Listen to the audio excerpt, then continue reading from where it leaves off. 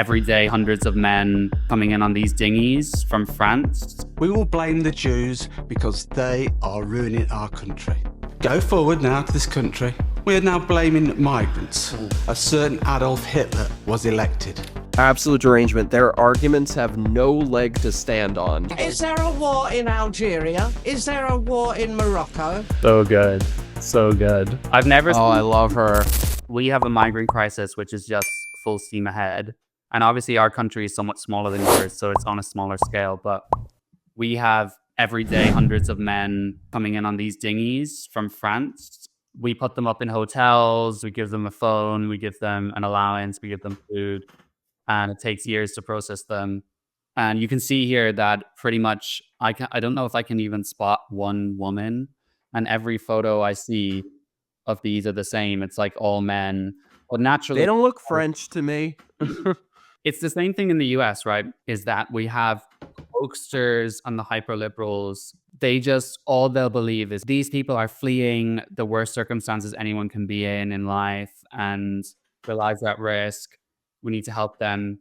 You know, they're obviously desperate. But then when you say to them, okay, why are they all men? You know, surely women and children are more vulnerable.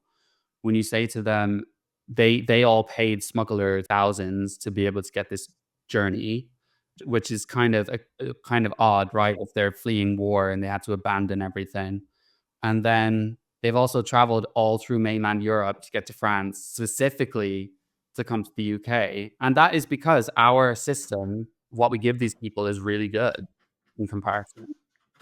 It's disgusting that you have people from the UK living homeless on the street, not being able to put food on the table.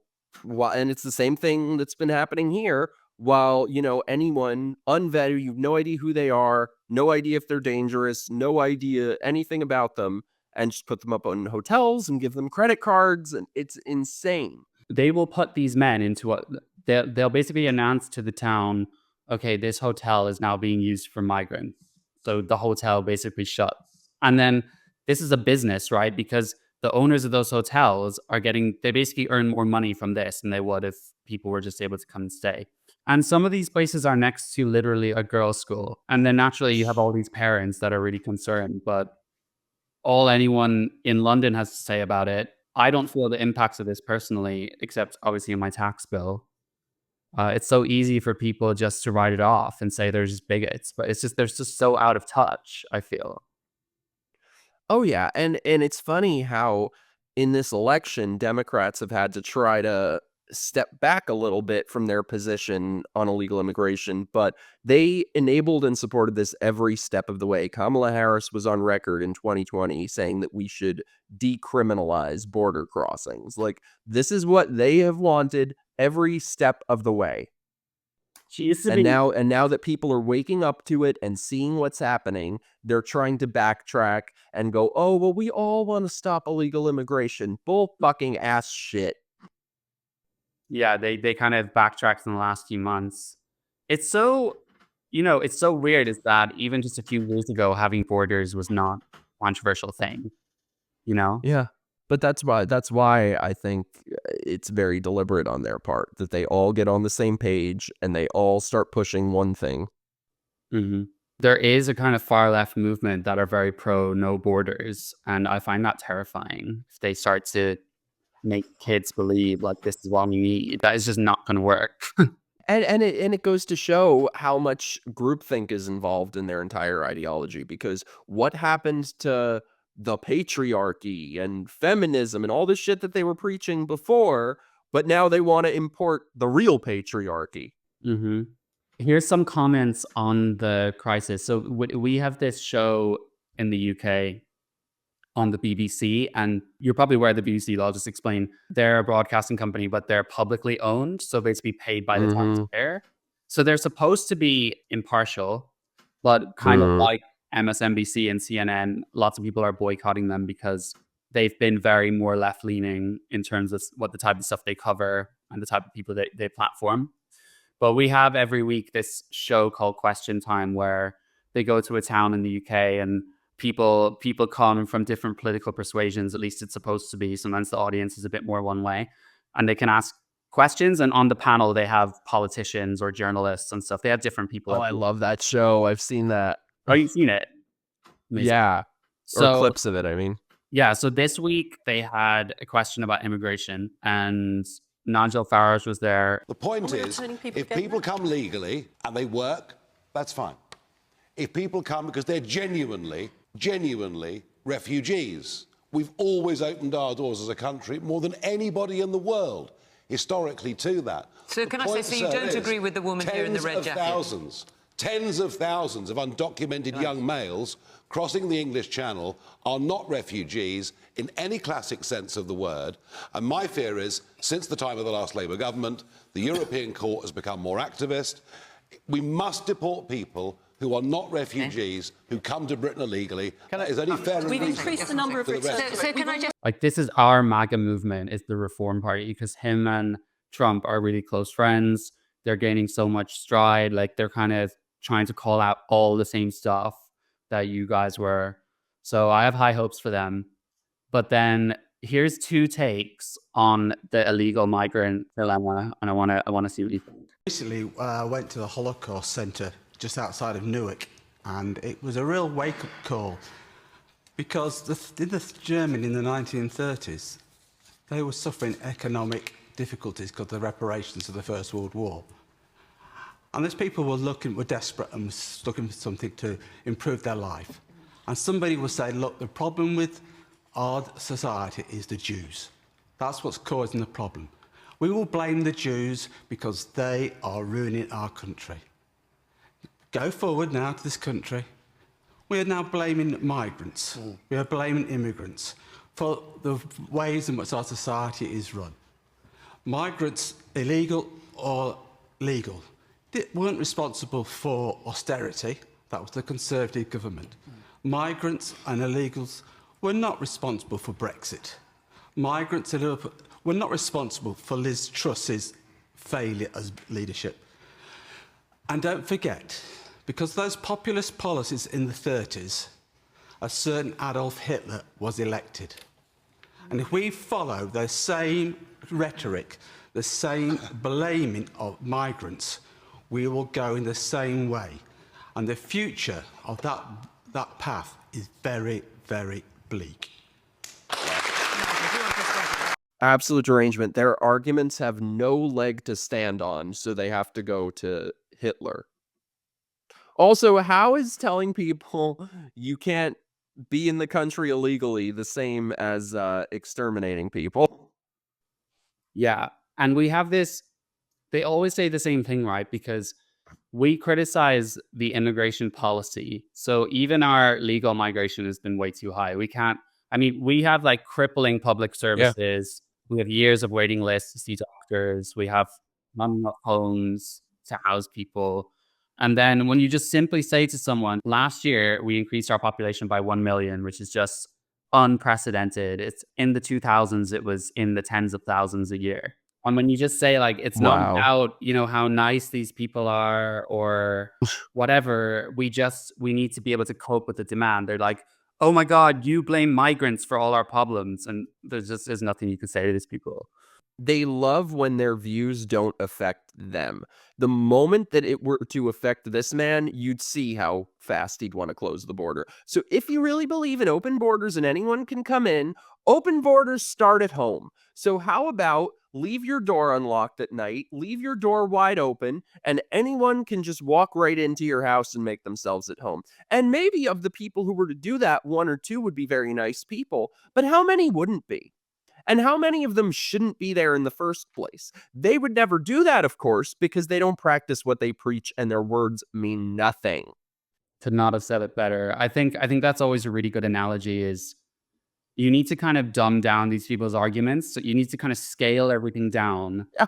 So you need to, I'm good at that. Like, why don't you just give away, you know, any disposable income you have to migrants? Because, you know, you can just get by. They would probably say no, because they want the government to do everything, but they don't want to have to pay for it or feel the effects, you know. This woman, I love her. She's like kind of badass, but also hilarious. So I'm going to response. Entirely that it probably is only reform, because It's the amount that are coming over on these boats. They're young men. They're not working. Let's go forward 5, 10 years. Where will they be then? Still in this country, not working? And we, and I'm a pensioner, we are paying for these people day in and day out for their accommodation. Where are they going in 5, 10, 20 years' time? So can I ask you, do you think there are any grounds on which people should be able to come here and claim asylum? The only grounds that I think that people should be allowed to come into the country is if they had the sufficient qualifications to do the jobs that we probably need. And as far as asylum goes? I don't believe in any asylum. I really don't. I think we have taken more than our fair share in this country. I feel very sorry for the little towns, little villages that these people have been put, where people have lived all their lives and they're frightened. But They're do absolutely frightened. you feel sorry for the people who are fleeing war? Do you feel sorry for people fleeing persecution? I think there's far too much made of this, that they're fleeing wars. Okay. Right. All right. Jackie, you want... Thank you. Thank you. Is there a war in Algeria? Is there a war in Morocco? Is there a war... Where are they coming from? Well, Syria? Lots from Syria. Can I just, one point, we're 5th in Europe. So good. So good. I've never Oh, I seen love her. that direct on the show. I love her. Even just the premise of the title at the bottom, how do we balance border control? Diversity. Why should this even be a factor in who you're letting into the country? Diversity. I think, take a look around. I think you're diverse enough for one lifetime. The question doesn't even make sense, because it's talking about how do we control our borders, but in a way that doesn't impact our diversity. Well, even if you believe in diversity, having illegal immigrants is not the way to reach that. That's a different thing. So it's just such a rich, white, liberal elite thing to say, oh, the diversity. Meanwhile, they sit in their gated communities with their armed guards. Yeah. Why are they so obsessed with diversity if the outcome is we have lots of siloed communities and many of them don't speak English? Because everyone is obsessed with diversity. They don't have any Muslim friends. They don't have any men who come from Afghanistan friends or men who've come from Vietnam. They might have some immigrant friends, but they're all from places like I'm from, Western countries. That's why I loved when over here, Ron DeSantis shipped a bunch of illegals over to Martha's Vineyard, which is one of the most elite white liberal areas. And they were like, we don't want them here. Yeah. What's going on with him now? Because he kind of didn't do as well as he thought he would, right? But I thought he seemed good. His campaign, so first of all, I think in retrospect, there was no beating Trump. But his presidential campaign was really shit. But he's the greatest governor. I'm in Florida and so thankful that he is my governor. He's the greatest governor in America. And one more point on this, she says, I don't think we should have any asylum. I mean, I disagree on that. I do think we should have a compassionate but sensible and pragmatic situation I agree. in which women and kids are prioritized. And then also, see, in the UK, I just don't know how we can change this now because everyone's trying to talk about resolving our problems. And they're saying, we need to integrate people. But you've already done this over decades. All of these millions of Muslims are not just going to one day allow you to say, okay, you have to let women do X, Y, Z now or our culture. I mean, if we have asylum, they need to have a really strong way of integrating them into society so they're not just all caught together. But I just don't, completely. I've not seen any politician present a good plan for how we can actually change things like that. No, well, and it's difficult when your people keep voting for this bullshit. Well, it's only recently we've had this alternative option. They've come from basically not being a party to now polling 24% of the vote share. Oh, wow.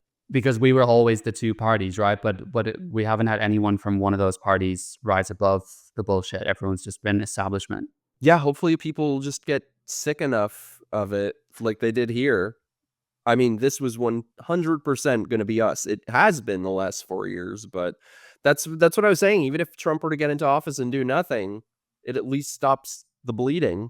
Mm. Yeah, I really feel like things are starting to change. What I hope happens is the UK starts to see, okay, maybe some wars ended, plus America's economy is booming. And they also start to kind of, for people who have Farage derangement syndrome, which is like our version, a little bit more tough. I hope that they start to peak and realize, let's give this guy a chance. Yeah. But I just don't know. Yeah, I think people are becoming a lot more outspoken and less afraid of the left, which is the most important thing. So I hope your country can turn it around. Me too. Well, I'll be coming in through the border if not. Yeah, I'll help sneak you in. Just keep that mustache. You are Hector. And your man can be Jesus. You're Hector and Jesus. Sounds like a porno.